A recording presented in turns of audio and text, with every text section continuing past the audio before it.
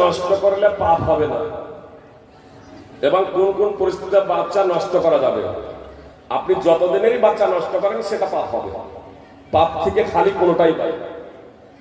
4 মাসের পরেও 4 মাসে 8টা ফোঁকা হয়, 4 মাসে 8টা ফোঁকা হয়। 4 মাসের আগে 8টা ফোঁকা হয় না, তো তার জীবন আছে না নেই? তার জীবন আছে না নেই? মাতৃ জঠরে 120 দিন যে হয়েছে, 119 দিন পরে 120 দিন মানুষের পূর্ণ একটা ঢাঁচা তৈরি হয়ে গেছে, তো তার জীবন নেই?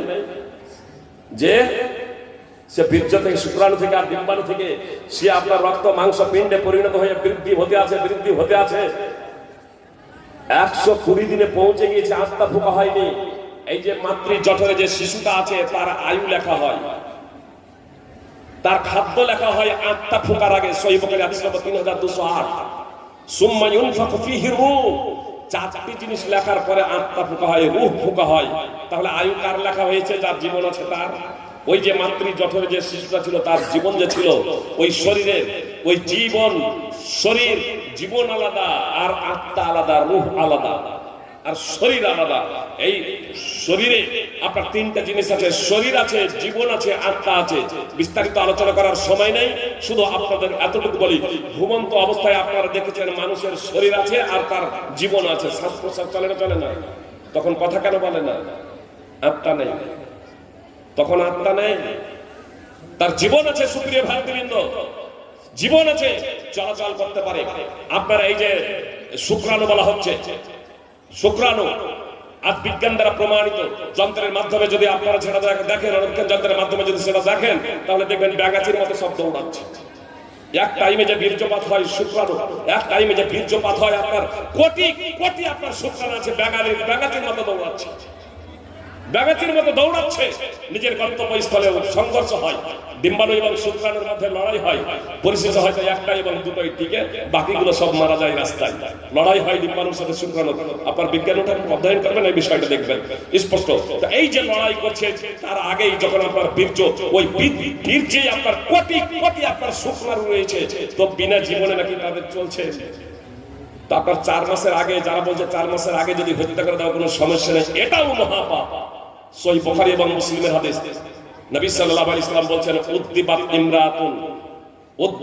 ইমরাআতুন ফি হিররাতিন হাবাসাতহা হাত্তা মাতাত জুআ ফাদাখালাত ফিহা আন-নার। একজন মহিলাকে একটি বিড়ালের কারণে শাস্তি দেওয়া হয়েছে, বেঁধে রেখেছিল, ক্ষুধার্ত অবস্থায় মারা গিয়েছে। বিড়ালটি ক্ষুধার্ত অবস্থায় ডাইরেক্ট মারেনি, ইনডাইরেক্ট মহিলার দ্বারা মারা যাচ্ছে। ফাদাখালাত ফিহা আন-নার, এই কারণে মহিলাটি জাহান্নামে যাবে। ইমাম নওয়াবী রাহিমাহুল্লাহ সহিহ মুসলিমের ভাষ্যকার তিনি বলছেন, এই মহিলাটি মুসলমান ছিল, তার কারণ সে যদি কাফের হতো, নাস্তিক হতো, মুশরিক হতো, অমুসলিম হতো, তো জাহান্নামে যাওয়ার জন্য তার অমুসলিম হওয়াই যথেষ্ট ছিল, নাস্তিক মুশরিক কাফের হওয়াই যথেষ্ট ছিল। কিন্তু এখানে বলা হচ্ছে বিড়ালের কারণে জাহান্নামে যাচ্ছে, মানে এই মহিলা মুসলমান ছিল।